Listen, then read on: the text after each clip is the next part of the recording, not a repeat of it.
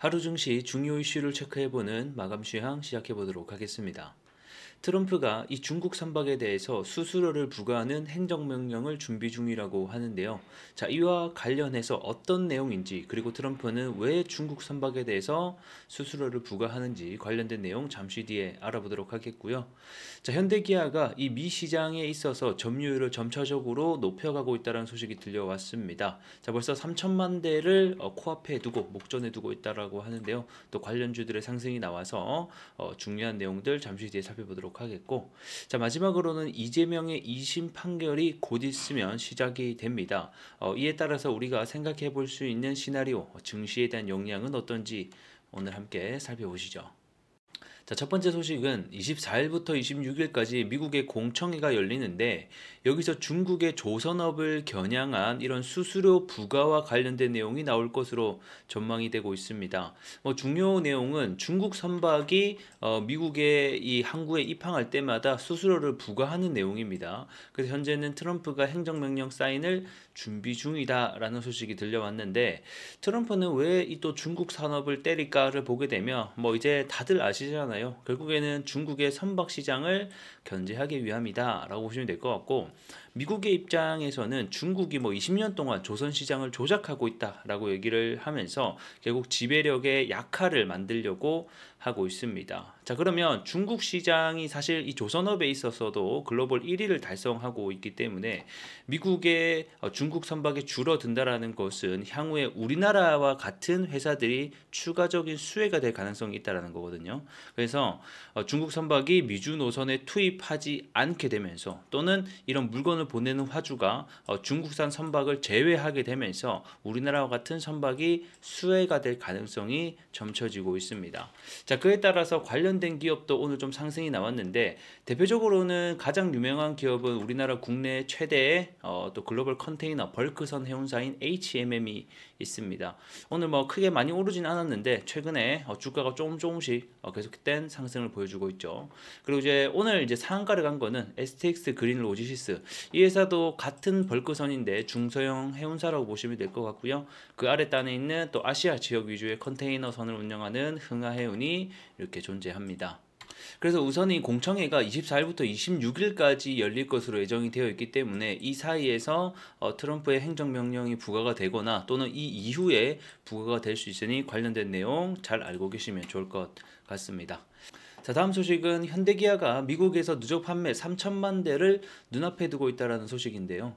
현대차 같은 경우에는 1986년도에 미국 시장에 처음 진출을 해서 39년 만에 이런 현재 쾌거를 이뤄낼 것으로 전망이 되고 있습니다. 현대기아가 원래 미국 시장에서는 거의 알아주지 않는 브랜드였는데, 최근에는 아무래도 좀 자동차를 굉장히 잘 만들다 보니까 그거에 대한 점유율이 점차적으로 올라가고 있습니다.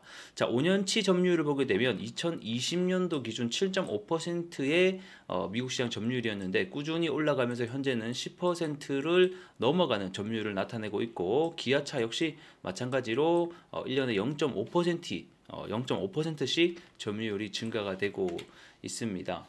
현재 이 미국 시장에서 가장 브랜드 파워가 센 점유율 순위를 보게 되면 GM이 1등으로 17% 정도 1위를 달성을 하고 있고요. 그 아랫단의 2위는 아무래도 토요타, 유명하죠. 15%. 그리고 3위가 포드고요. 그리고 4위가 바로 우리나라 현대가 위치하고 있습니다. 그래서 미국 시장에 아무래도 점유율이 점차 올라간다라는 것은 현대기아의 이런 매출적인 부분들, 그리고 그 아랫단에 있는 중소형 부품 업체들의 수혜가 예상이 될 수 있겠죠. 자, 그래서 현대기아의 고객사를 두고 있는 부품 회사들, 이런 회사들이 오늘 전체적으로 좀 상승이 나왔습니다. 최근에 상장을 하는 모티브 링크가 오늘 16% 대장 역할을 해줬는데, 고객사가 현대 기아차고요. 이런 전력 변환 부품이라고 해서 이거를 이제 공급 중이다라는 소식이 들려왔습니다. 자, 그리고 이제 화신이랑 서현이와는 너무 유명한 벤더 회사 중에 하나죠. 전체 매출의 90%가 둘 다 현대 기아에서 발생을 하고 있다라는 점. 화신 같은 경우에는 이런 차체 바디 이런 부분들 공급을 하고 있고, 서현이와는 자동차 내외장 부품, 콘솔이라든가 도어 트림이라든가 범퍼 이런 부분들을 담당을 하고 있습니다. 그래서 아무래도 현대기아가 매출이 발생을 잘 나게 되면 이런 밑에 단에 있는 아래 회사들도 같이 실적이 올라가다 보니까 밑에 단에 있는 회사들이 먼저 움직이는 경향들이 있다는 점 알고 계시면 좋을 것 같네요. 자, 마지막 소식은 3월 26일 날 있는 이재명의 공직선거법 위반과 관련된 2심 재판 선고 일정이 있습니다. 자, 이미 1심에서 이 징역 1년, 집행유예 2년을 선고받은 기록이 있죠. 그래서 이번 2심의 판결이 과연 어떻게 날 것이냐에 따라서 관련주들의 급등락이 또 있을 것 같은데, 만약에 2심 판결에서 똑같이 유죄가 나온다 하게 되면 아무래도 이재명 관련주들에게는 악재가 아닐 수가 없을 것 같습니다.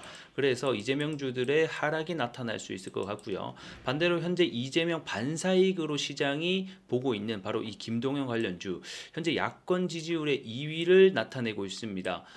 공식적으로는 우원식이라는 인물이 2위를 나타내고 있지만, 현재 우원식 같은 경우에는 정치계에 조기 대선에 발을 들이겠다 뭐 이런 사항이 없기 때문에 현재 확정적인 좀 김동연 관련주들의 상승이 나타나고 있어요. 그래서 오늘도 PM풍년, SG글로벌 같은 김동연 관련주들의 상승이 돋보이는 하루였다라고 보시면 될 것 같고요.